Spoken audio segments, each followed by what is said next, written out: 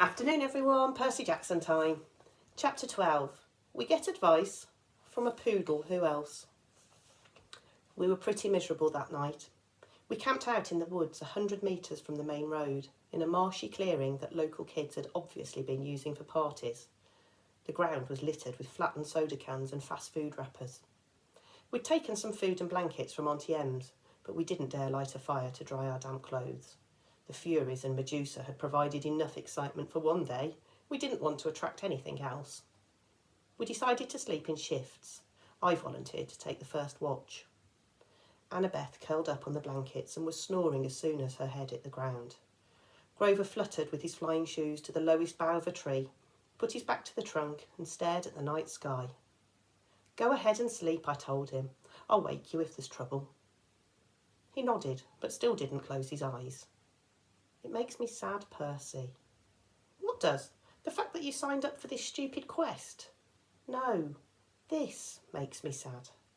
He pointed at all the garbage on the ground. "And the sky. You can't even see the stars. They've polluted the sky. This is a terrible time to be a satyr." "Oh, yeah. I guess you'd be an environmentalist." He glared at me. "Only a human wouldn't be. Your species is clogging up the world so fast." "Oh, never mind. It's useless to lecture a human. At the rate things are going, I'll never find Pan."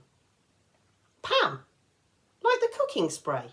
"Pan!" he cried indignantly. P-A-N. The great god, Pan. What do you think I want a searcher's licence for?" A strange breeze rustled through the clearing, temporarily overpowering the stink of trash and muck. It brought the smell of berries and wildflowers and clean rainwater, things that might have once been in these woods. Suddenly I was nostalgic for something I'd never known. "Tell me about the search," I said. Grover looked at me cautiously, as if he were afraid I was just making fun.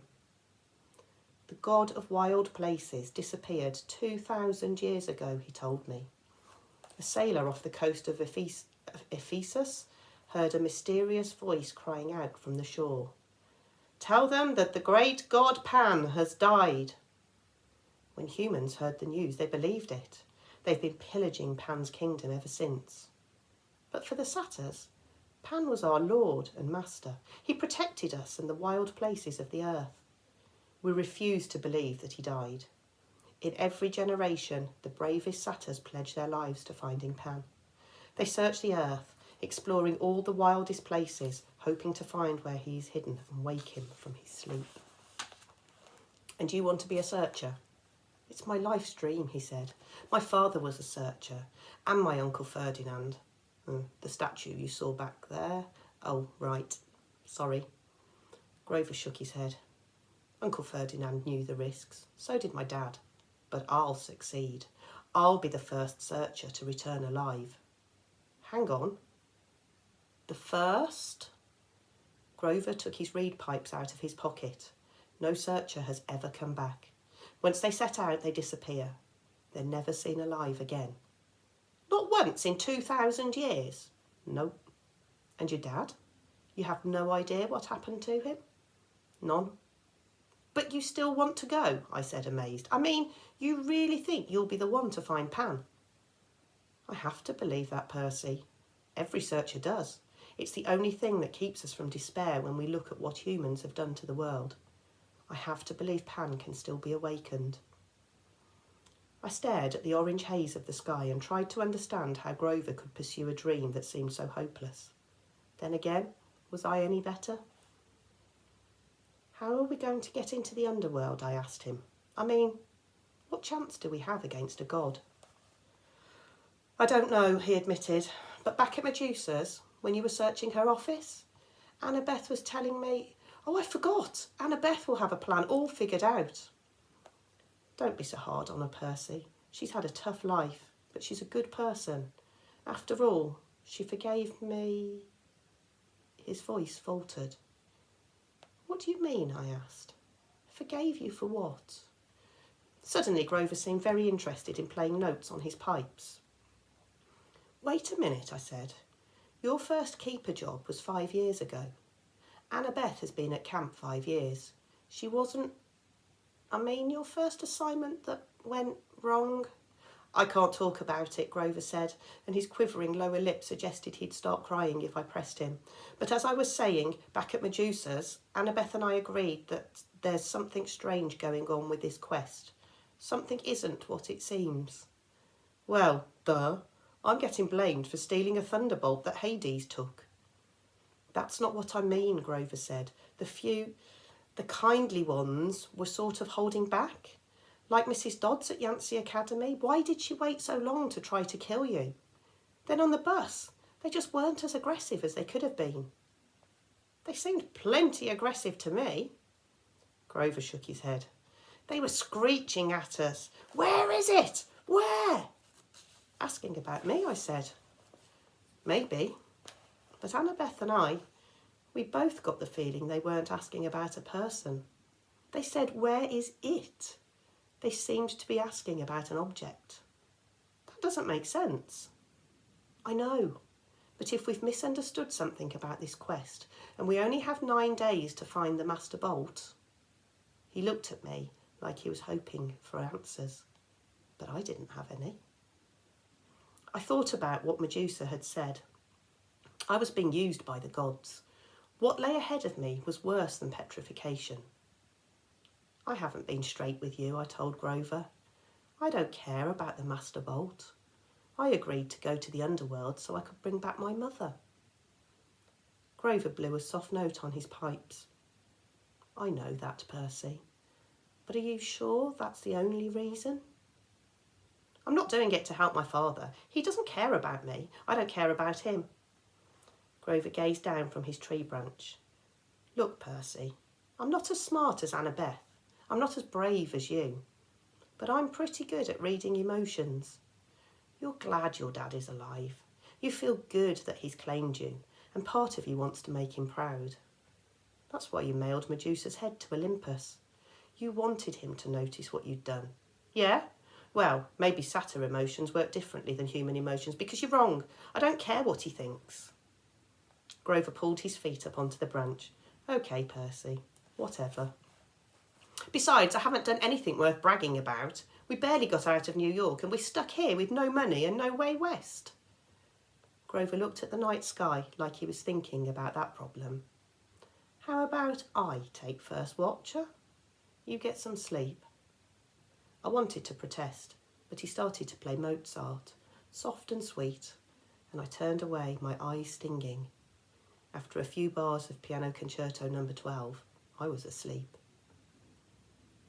In my dreams, I stood in a dark cavern before a gaping pit.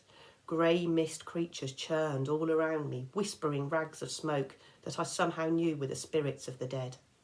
They tugged at my clothes, trying to pull me back, but I felt compelled to walk forward to the very edge of the chasm.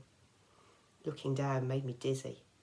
The pit yawned so wide and was so completely black, I knew it must be bottomless. Yet I had a feeling that something was trying to rise from the abyss, something huge and evil. The little hero, an amused voice echoed far down in the darkness. Too weak, too young, but perhaps you will do. The voice found ancient, cold and heavy. It wrapped around me like sheets of lead. They have misled you, boy, it said. Barter with me. I will give you what you want. A shimmering image hovered over the void. My mother, frozen at the moment she'd dissolved in a shower of gold. Her face was distorted with pain, as if the Minotaur was still squeezing her neck. Her eyes looked directly at me, pleading, go. I tried to cry out, but my voice wouldn't work. Cold laughter echoed from the chasm. An invisible force pulled me forward. It would drag me into the pit unless I stood firm. Help me rise, boy. The voice became hungrier. Bring me the bolt. Strike a blow against the treacherous gods. The spirits of the dead whispered around me. No, wake.